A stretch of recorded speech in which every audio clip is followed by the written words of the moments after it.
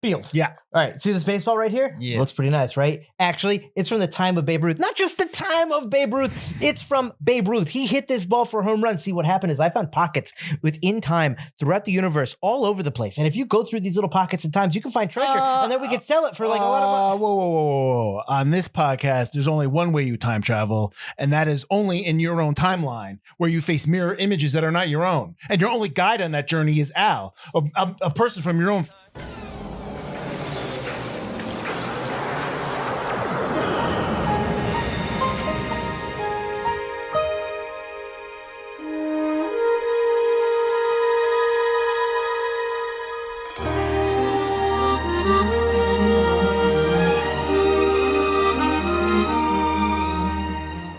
Hi, I'm Mike Butler. And I'm Mike Field. And welcome to Forgotten Cinema, a show where we talk about films that seem to be forgotten by audiences. Whether it be because a more popular movie was released at the same time or the film simply didn't catch on with an audience in its initial run.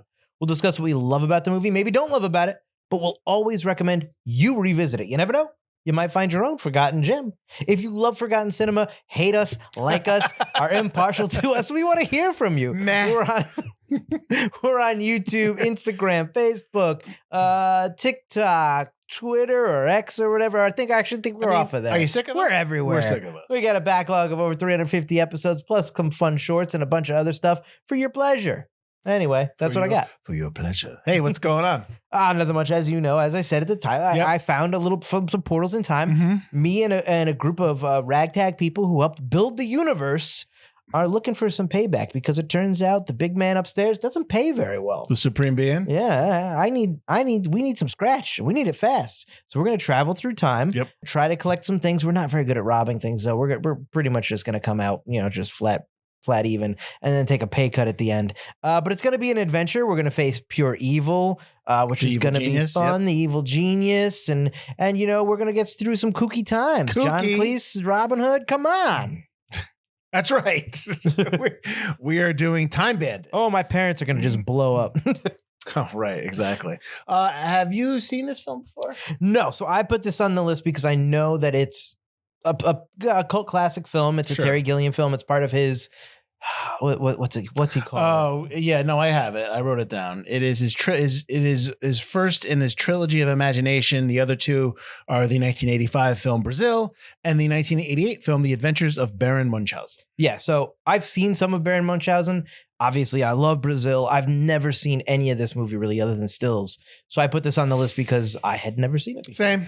And when you said that last week, I was very interested. Because I don't think we've ever done a movie neither of us have seen before, other than our showings. I'm sure there has one or down two the road. Oh no, there was one that you chose for the same reason. Okay, yeah.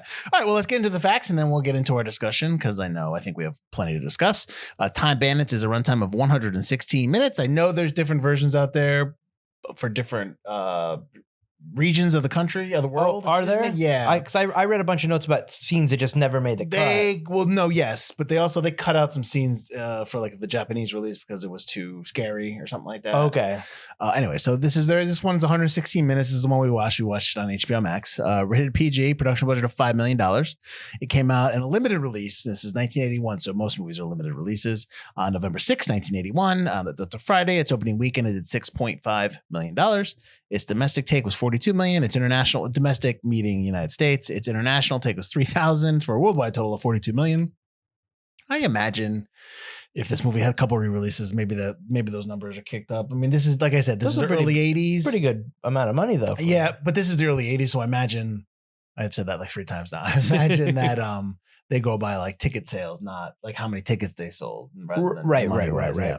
Production company was Handmade Films, and this is distributed in the United States by Avco Embassy Pictures. So it said it came out on the 6th. Let's go back a week to October 30th, 1981, where you had Butler. What came out? October 30th? Yes, October 30th, 1981. Think about it. Is it Halloween? Halloween 2. I was going to say, it can't be Halloween. No, Halloween 77. Yeah. So Halloween 2 came out. It was also a limited release, but it was 1,200 theaters. So that's kind of its wide back then. That's releasing a little too close to Halloween. You want to give yourself a good week lead up to Halloween. Well, not back then, right? You also had a movie called Looker, another horror film called Looker with Albert Finney, which is written and directed by Michael Crichton. I watched a trailer. Really? Yeah, I watched a trailer for it. It's about like these girls are too perfect and they're being murdered lookers. for being too perfect. Albert Finney's in it? Yeah, I was watching. I'm like, this is interesting. And then I saw written and directed by Michael Crichton. I'm like, I want to see this film. So do I now. Yeah. Anyways, the weekend that this film came out, nothing came out against it. It was just Time Bandits, and that's it. Oh, Too Afraid. The week after, you had on November 13th, you had a limited release of The Pursuit of D.B. Cooper, which is with Treat Williams as D.B. Cooper and Robert Duvall as the insurance agent on Hot on His Tail. Oh, damn. I didn't know about this movie either. It's more when you watch the trailer. Now, the trailer could be misleading, but the trailer makes it feel like it's a little bit more of a like a what's the movie like The Bandit, the Burt Reynolds film, Smokey and the Bandit. Smokey and the Bandit. It kind of makes it feel like it's that. So it's got like kind of a Catch Me If You Can kind of vibe, like a little bit. We're chasing him, but it's fun. I mean, yeah, like so and the way the trailer is, it's really odd. It's like that trailer voice back in the day, but yeah, that's another. I kind of want to watch that. No, I hear you. I kind of want to watch the Milos Forman film that comes out on the 20th. Ragtime, the movie based on the E.L. Doctorow book, because I read that book in high school and I was like, oh crap, they made a movie, because it was with James Cagney. He returns to the screen, so he must be rolled by then. So I kind of want to see that, and then obviously a limited release of Absence of Malice, which I think we talked about on the show because I watched with Paul Newman and Sally Field. Yes, we just recently talked about you watching Absence of Malice, and which I recommend because it's Paul Newman, and Paul Newman's always good, and Sally Field's always good. Exactly. As we talked in Soap Dishes, which I just saw her trailer for her new movie. Oh, she's got something new coming with, where she is a cleaner and she cleans. She works. It's from the point of view of the octopus in the aquarium. Oh yes. Who's the kid? I'm blanking on who the kid is. Oh, I can't remember. It's somebody, and I'm blanking, but it's supposed to be like that. Yeah. Alfred Molina's in it too. I'm pretty sure. Yeah, it looked good. Anyways, so back to this film, Time Bandits. I'm sure Butler will put the name up of the person, the guy in the movie. Oh, I usually do. It's right here, and then I'll call us idiots. Exactly. And then somebody on YouTube will drop a comment and tell us we're stuck. All right, so this film is directed by Terry Gilliam, who's done Monty Python and the Holy Grail, The Fisher King, and 12 Monkeys. A movie we just did for Audience Choice last season, which everyone was mad at us for because they weren't mad at us. No one said anything. No, the one guy was like, "These guys' takes are off," but I think he was being facetious because we said in the episode that our takes are bad. Written by Michael Palin and Terry Gilliam. Palin has written much of a lot of the stuff you saw in Monty Python's Flying Circus, which was, for those who don't know, was a TV show in the late 70s, early 80s. Oh, late 70s, yeah. Where all these people, Palin, Gilliam, Cleese, Eric Idle, and to name, there's tons of others that come from. Yep. He also wrote the movie The Missionary. Terry Gilliam has written Brazil, which he got nominated for an Oscar. And we did on the show. And he also directed that, so I didn't want to give him all that. He also wrote Fear and Loathing in Las Vegas and Tideland. I believe he directed both as well. Cinematographer is Peter Bizoyu, who's done Mississippi Burning, which he won an Oscar for. Which is very different movie. The Truman Show and the 95 movie Richard III.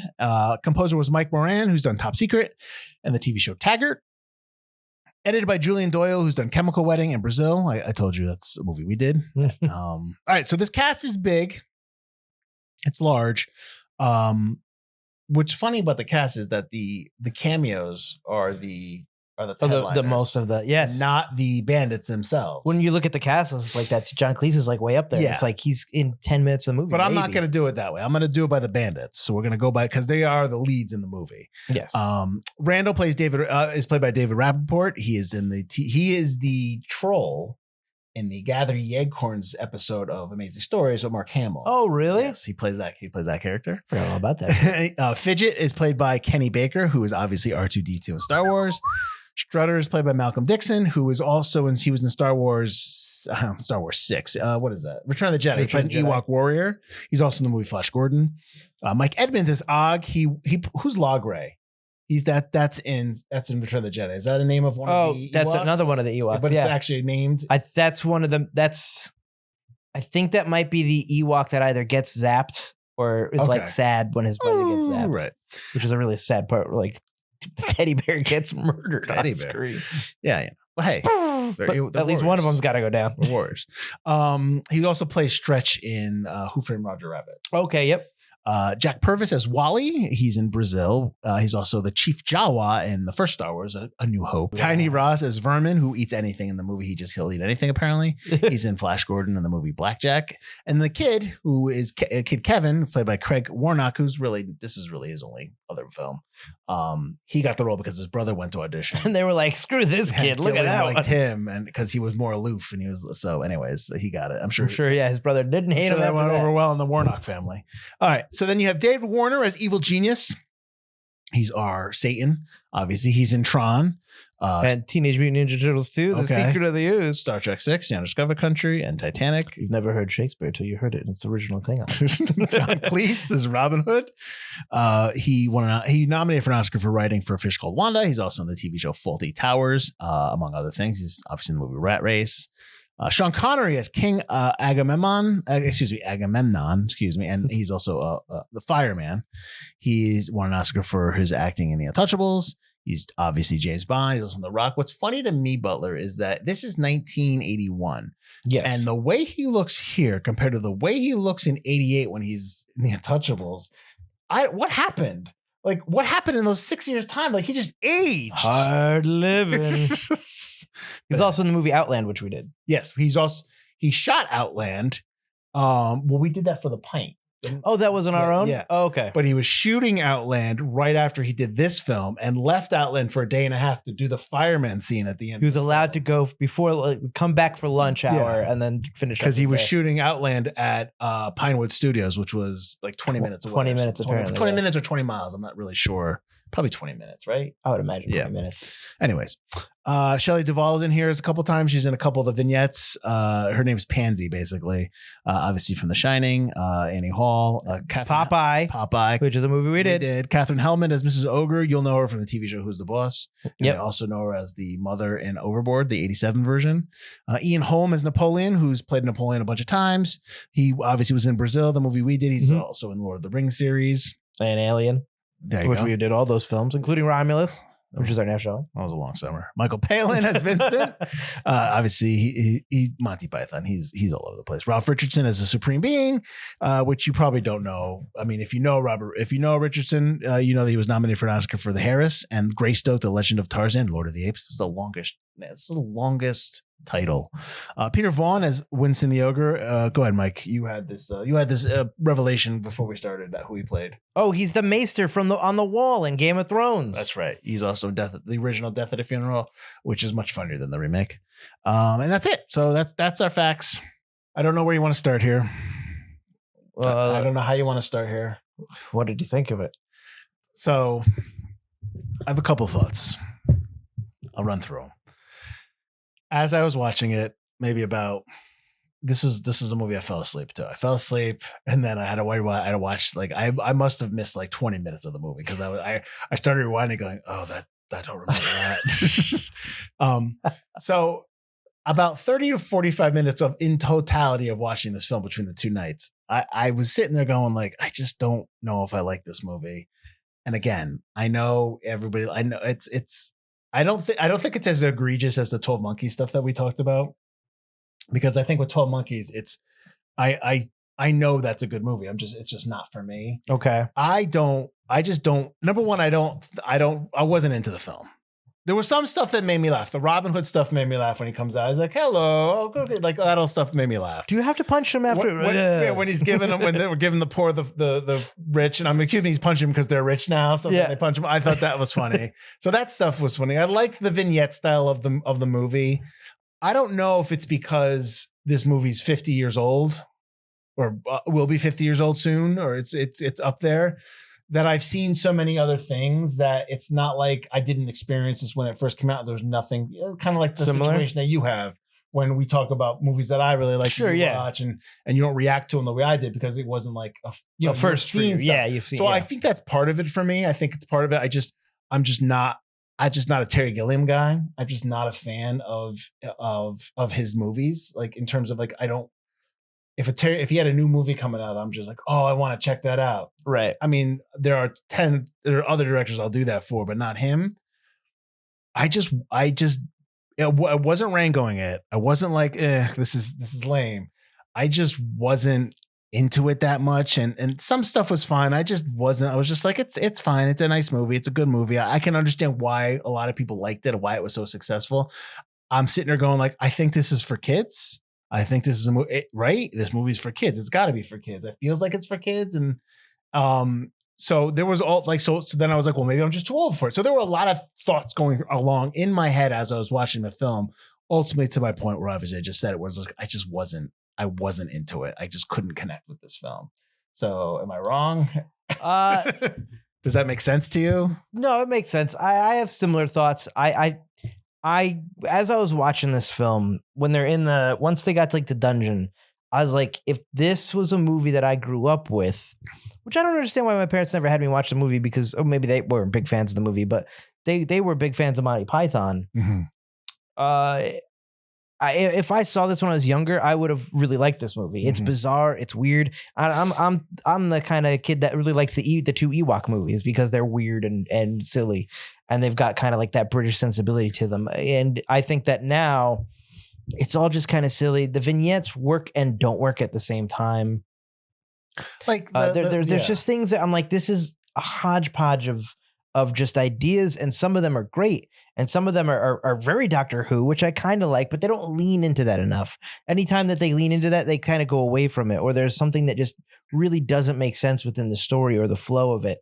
And like I enjoy this movie. I also can see why it's a cult classic, and it's not as like 12 Monkeys.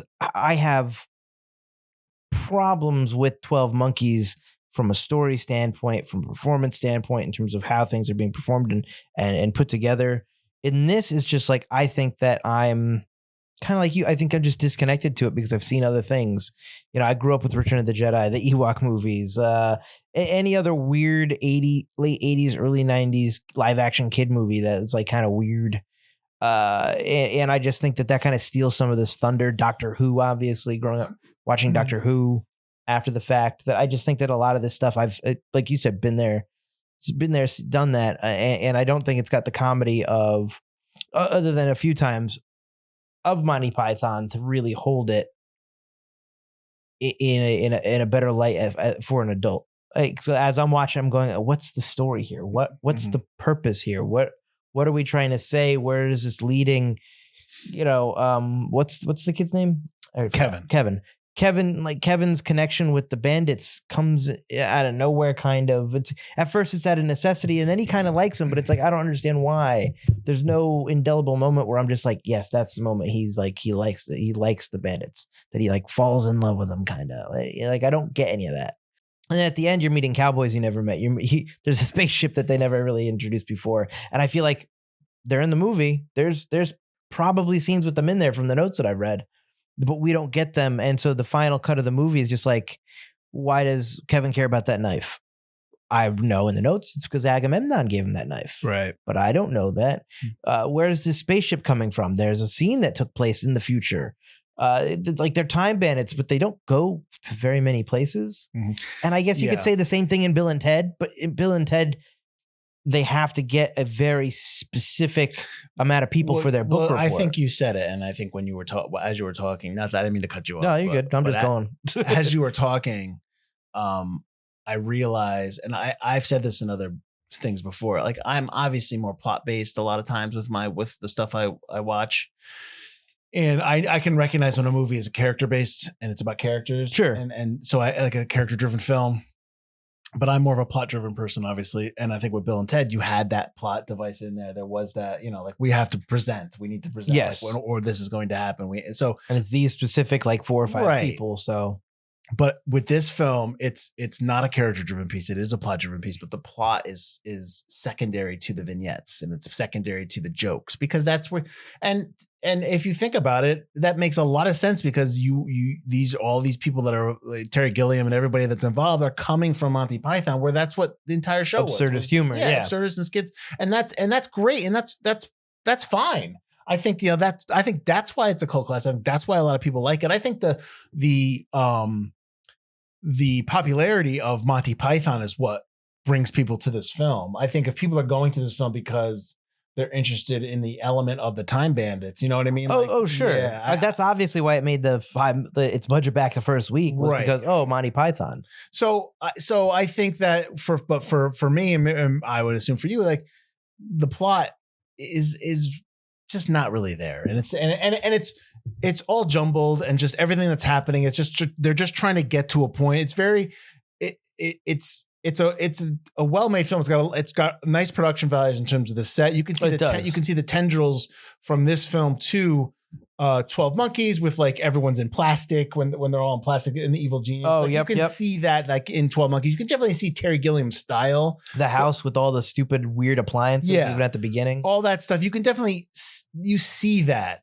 But I just think this is a film is unfocused and almost kind of a bridge to like what you're going to get down the road with Gilliam as a filmmaker and stuff like that in Brazil. And you're seeing with Time Bandits, you're probably seeing a movie that is somebody who's just starting out and just like learning the craft and doing all that stuff in terms of like a feature like honing that. A feature. Yeah.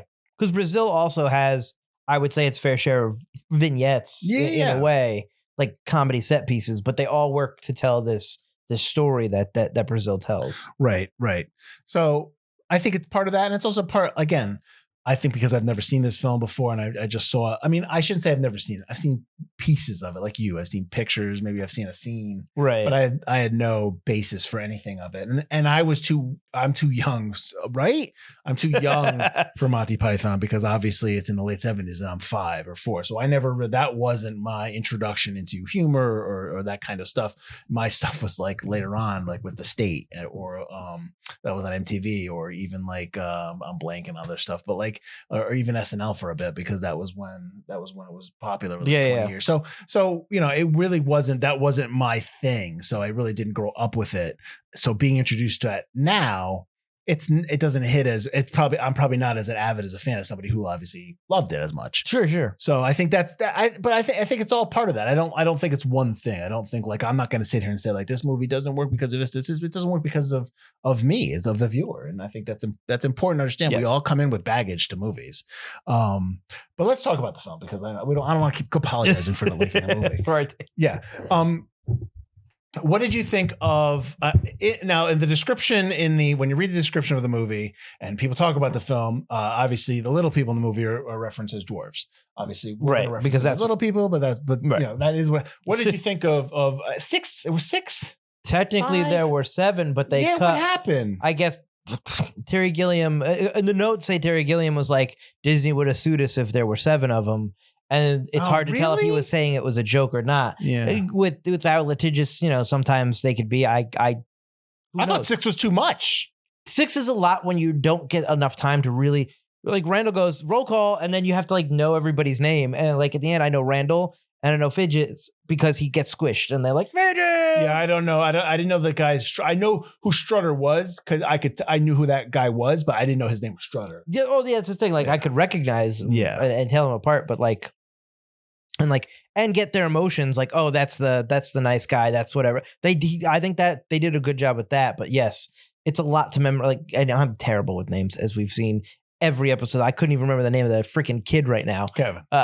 Yes, but before when I asked her, like, I'm really bad with names. So when I knew it when they introduced roll call. I'm like, I am not knowing. There's no way. This is just over already before it begins.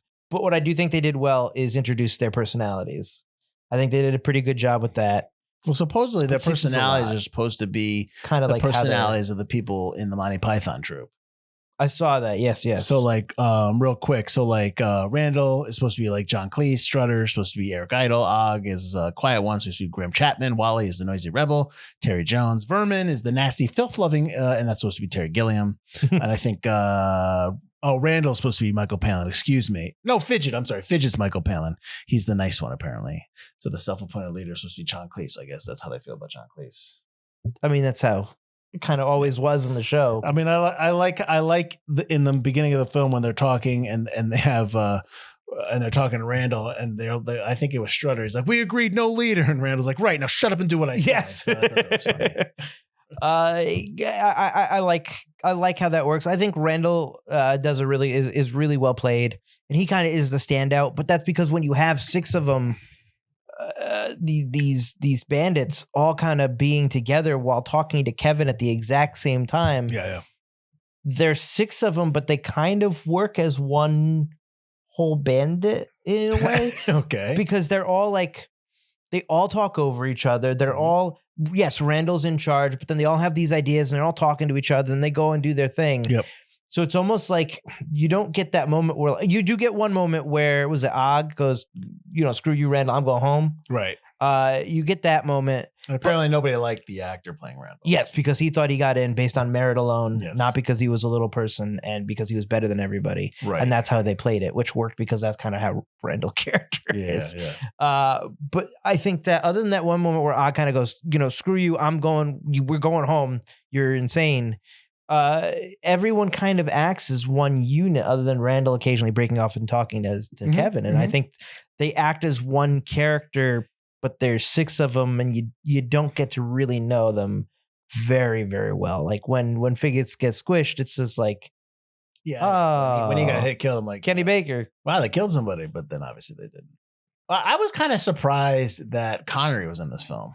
Yeah, I guess I like the note. I mean, I'm sure you have it written down. Do you want to go over the note? So I guess in the note, in the script, Agamemnon takes off his helmet and reveals someone that looks exactly like Connery, or someone who's less expensive that looks exactly like Connery. Revealing someone that looks exactly like Sean Connery or an actor of equal or cheaper stature. But they didn't realize, they didn't send him the script. He got the script through his agent. It fell into his lap and he read it and he liked it. Yeah, and he liked Monty Python, so you liked Monty Python. He liked the idea of playing a historical character, right? Which is like, but you're a historical character in a Monty Python film, but he plays it straight. Sure, he does. But I think that's what makes it work because I like those scenes with Kevin, and I would have liked a little bit more with that. But then again, I want more timelines as well, so I'm kind of split there. But the Agamemnon stuff's good because Kevin gets a parental figure he actually looks up to and appreciates. He wants to stay there. Kevin's parents suck. And I know. And that's another thing. So in the movie, just kind of like the absurdist humor, everything that happens with the Time Bandits is acceptable for me. Like, this is off the wall. Everything they're doing is off the wall. It's they're throughout time. They've got this story that it's like Kevin's getting a peek behind the curtain. So it's all absurd, the whole thing. Supreme Being, evil genius, all that stuff. But then at the end of the film, we're supposed to be back in reality, and then his parents blow up, and then not only the firemen put out the fire, they just leave. Parents blew up, and that's the end of the movie, and I'm like, I struggle with that's not this. What does this mean now? So now he's an orphan? I don't understand. I had the same thing. And then you're reading the notes. I was reading the notes as I was watching the movie, and the producer was concerned about the parents blowing up, but then it tested well with kids. What's your favorite part? Oh, when the parents blew up. Yeah, which is funny. Yeah, I get that. Because they're mean. They're mean parents. They're not good parents. They're not really loving parents. But you're leaving Kevin orphaned. You show the fireman as Sean Connery and he winks at Kevin he knows that he was but he leaves. Yeah. But he was supposed to love Kevin and be this father figure for him, and he leaves. And even keeping him around to be like, come with me, son. Mm-hmm. Or would be more like, come with me, son. Like that, I think that would work a lot better than just leaving Kevin an orphaned kid with a burned down house. He doesn't have any toys anymore because his whole room burned down. You just completely screw Kevin, and it's just come on. The purpose that the purpose that they had, that they cast little people in this, was that Terry Gilliam wanted to shoot this film from the perspective of a child, and he thought the easiest way to do that was if everyone was the same height as the child. Yeah, so that's why they did that. I watched a trailer for the remake they did on Apple Plus. I was curious. I did not. They did not do that. They are all adults because it's Lisa Kudrow is the leader. I don't know what they're doing. And I saw bits and pieces of what we had seen in the film, little parts, also kind of follow a little bit, but it is just because it's a series. It's not a movie.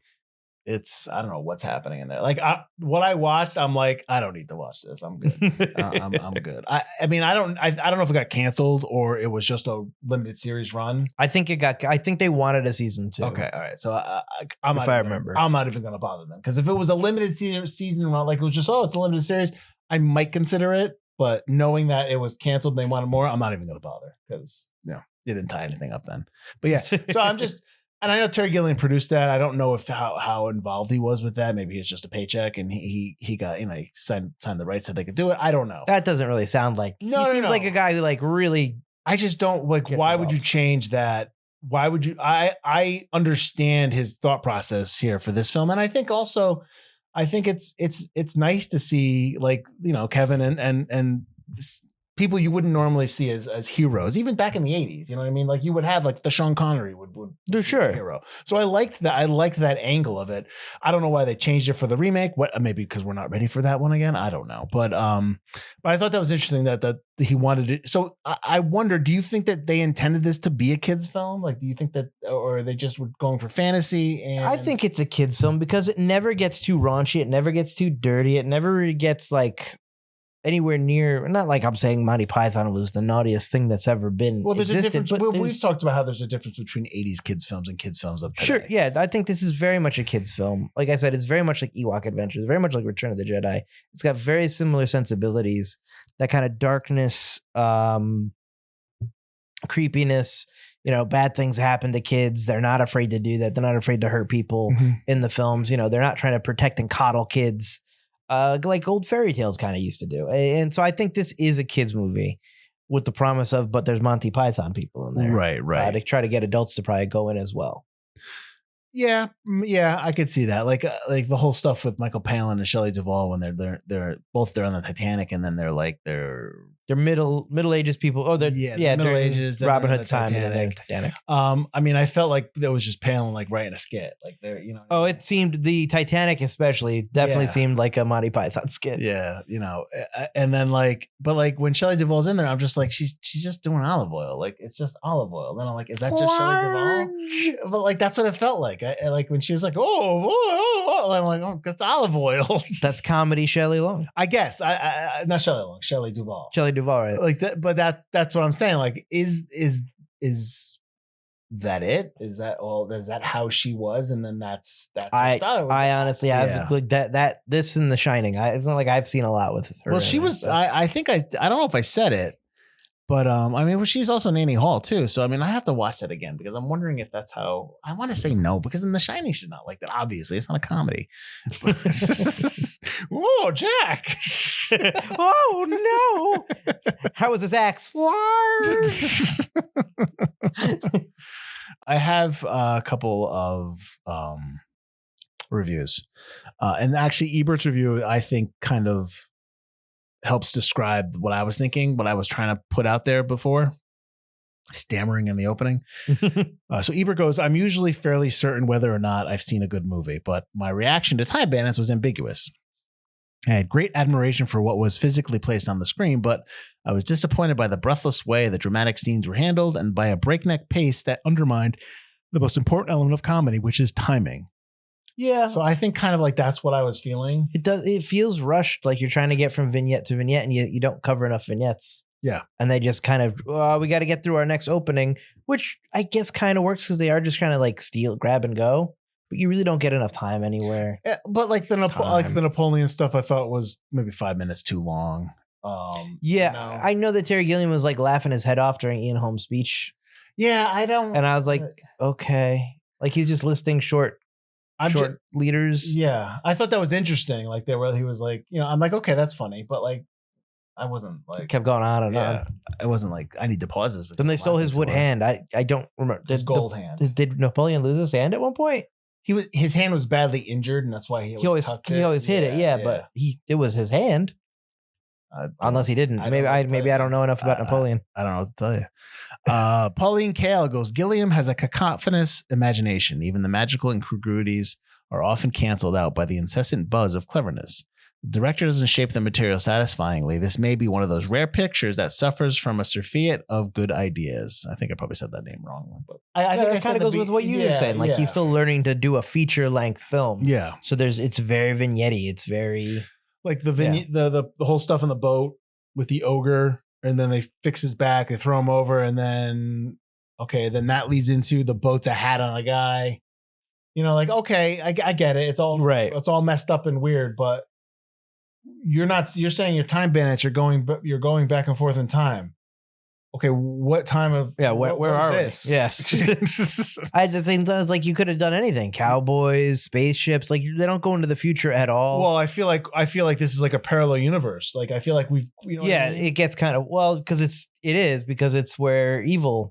Yes. Where the evil scientist lives or whatever his name is. Yeah. Listen, I talk on the show all the time. I like weird is interesting. And I do. I think just sometimes it's tough when it's not, when I don't understand what's happening. It's cohesive. Or also it's, like I said, it's close to 50 years old. So, I mean, this is probably one of those things that some stuff is good and it's great and it doesn't transcend its time. You know what I mean? Like it's you know what I'm saying? Like some stuff does, like Raiders of the Lost Ark will always transcend when it was made, primarily because even though it was made in the 80s, it takes place in the 30s. So it's already like a time period type film. You know what I mean? Plus it's an awesome movie and it looks great. But like, so some movies do, but some movies, like I'm sure that there are movies that I watched, I can't think of right now, that I watched in the late 80s, early 90s, that 20 years from now, someone's going to watch it going like, oh, that movie's terrible. I'm like, oh, I love that film. Like, I love, like Wraith. I like Wraith because it's completely ridiculous. And again, this film is completely ridiculous too. It's just, maybe it's not on my wavelength. Maybe that's different. You didn't like the mouse couple arguing and then getting stepped on? Well, that's not supposed to be a mouse couple, Butler. That's supposed to be a butler elephant creature that's from a segment called Find the Fish in Monty Python's Meaning of Life. Like that's what that's from. Are they from? Okay. So that's, which I can appreciate. Like you're kind of linking them all together. People aren't going to get that unless they watch that. So like I never saw it. So I can't understand that, but I'm sure somebody who watched that, who saw this movie was like, oh man, yeah, which is awesome. Because you appreciate that. Together. Yeah. Just because I don't recognize the reference doesn't mean it doesn't work. So I can appreciate that. We always talk about all the time, obviously, because we're wrapping up. The two questions I always ask you is why it's forgotten and who do you recommend it to? I think I kind of know the answers about who you recommend it to, but go ahead. I don't know. It's a classic film, and so if you like film, if you just like, do you think you should watch it? How about this? Do you think that if you are somebody who has watched more than one Terry Gilliam film and you've liked them? So like if you've watched 12 Monkeys or you watched Brazil or you watched Adventures of Baron Munchausen or you've watched maybe Fear and Loathing in Las Vegas and you're like, oh, I really like this director. Do you think that qualifies to? Sure. I mean, that's kind of why I put it on the list because I really like Brazil. It's a really good movie. And, I have my issues with 12 Monkeys, but it's not a poorly made film. And Fear and Loathing in Las Vegas is obviously a classic. So I wanted to put this on the list because I knew it was another kind of cult classic film that he had made. And if you like Monty Python and stuff like that, you should watch this movie. And I think that when things become kind of classics, either in a cult sense or in it's a classic kind of sense, if you really like film, you should watch them.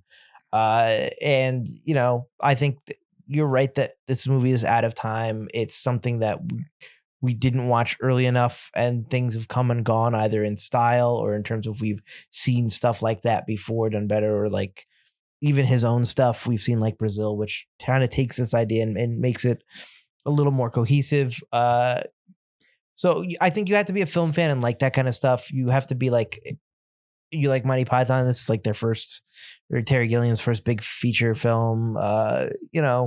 It's weird. It's different. But I don't see, the average schmo like, hey, Mike, what did you cover on the podcast today? Time Bandits. What? What's that? Don't worry about it. Well, judging by our Secondhand Lions fervor, I'm sure this is going to be like through the roof. People like this movie. This is a cult classic. So people might watch this. People in the and then they're going to be mad at us that we don't like it. Yeah. I recommending it wise. I wouldn't recommend it to like. It's not one of those films that I would be like, oh, you should watch this. This is really good, because I think it's an acquired taste. I think it's definitely specific to people that like I think somebody really liked Brazil. I'd be like, oh, check out Time Bandits. It's rougher. It's not as, even though it's 4 years earlier, it's before Brazil. I think Brazil is where Gilliam really gets it. I think Time Bandits is really kind of like Brazil. I think Time Bandits is like, kind of like how he's getting there. And he may, he'll never listen to this podcast and I'll never show it to him. But if he ever did, he'd probably tell me to go screw. And he knew what he was doing. And that's great. Again, we love Brazil, Terry. He's not listening. He does not care. But then is it forgotten just because of what we're talking about? Because if it's a cult classic, technically it's not forgotten. Well, it's forgotten by the mainstream. Okay. That's fair. I think that, it's not forgotten in a way that, it's a cult classic. So obviously, you've got the Time Bandits, Lisa Kudrow show that's 2 years old now, I think, 2024. 2024. So yeah. So people know it, but I think even a lot of people that might even be film fans know of it, but haven't watched it. Like you and me, right. Maybe other people. You and me. And me. I just think that it's not something that catches on. It doesn't have Star Wars, attached to its name. It's not on the level of Brazil. When you talk about Terry Gilliam, you're talking about 12 Monkeys in Brazil. In any conversation I've ever had, or his long gestating Don Quixote movie is what you never came out. It took like 30 years and like 2 or 3 Don Quixotes or whatever. I think that. Remember the Quantum Leap episode where he played Don Quixote? I do. All right, anyways. Bringing it back. So I think that's why it's forgotten. It's over 40 years old. It's almost 50 years old. Its troupe of actors are Kevin never went on to do anything. Way to go. Kevin. Most of the bandits are unfortunately passed away. You told me terrible things happened to Randall. Yeah. Well, obviously, and also the Monty Python troupe is older. They're much older. Yeah, they're older. John Cleese is the one that kind of keeps appearing on screen. Everyone else kind of went behind the screen. Very rarely now. But yeah. They've all, obviously, that's what happened. Sean Connery's in it. But at this point, even Sean Connery's, yes, he passed away as well. But his star is fading, like in terms of like, because he retired and he hadn't done anything for so long. I just think that there's really nothing like, I need to watch this film. And I think that kind of hides it. It's streaming, which is cool, but it's weird. It doesn't have big stars. It's almost 50 years old. That is not a combination for it does have great production value. It looks great. I like the scene when they swing from the cages. I love the miniature overhead shot when they go down over that. I love the miniatures. I love that. I love the little stop motion guys walking into it. Well, yeah, that's fine. I don't mind that. It's got there's a lot of positives in the production side of things. Yes, production values. It looks great. The ogre suit is cool. Yeah, him busting Randall when he busts down the wall with the tank. I was just like, whoa, a tank? Yeah. And the thing that comes out of Evil's head to cut the rope. Oh, yes. I was like, that's pretty cool too. That's kind of dope. Yeah, no. So there's a lot of awesome production value stuff going on here. Well, like I said, you could see the kind of like what you're going to see in Monkeys and beyond in Brazil and stuff like that. Sweet. Yeah. Tell them where they can find us. You can find us at ForgottenCinemaPodcast.com or wherever you get your shows. You're watching, listening to us right now. Rate, comment. Tell us how wrong we are about Time Bandits. Or what? Tell us what you love about Time Bandits. Tell us what we're missing. Like if you saw Time Bandits when you were younger and it really has kept with you in a special place in your heart, what was it? And that's like maybe we're too late to have caught on with that, like we said. And if you like Forgotten Cinema, stick around. We've got our Patreon where you get exclusive episodes every month. You've got the Patreon chat. You've got double voting power, which helps for our audience choice episode, because guess what next week is? Audience choice. Yeah. Oh, right. So next week we're going to be doing the winner of our audience choice, which is Secret Window, which I'm sure Butler is not happy about because he does not like this film. But that's okay. We're going to watch Johnny Depp go crazy. So Secret Window, that's a David Koepp film, which I've talked about on the podcast before, that I really like David Koepp as a writer-director, as a director as well. So that is, and it's a Stephen King story. It's based on Stephen King story. Excellent. Maybe Michael changed his mind. Doubtful. I like David Koepp. But that is next week, Secret Window. So find it, watch it, and then listen to us. Until then, thank you for watching. Thank you for listening. I'm Mike Field. I'm Mike Butler. And this has been Forgotten Cinema. We're sorry Michael hates Time Bandits. Oh, I hate Time Bandits. He hates it.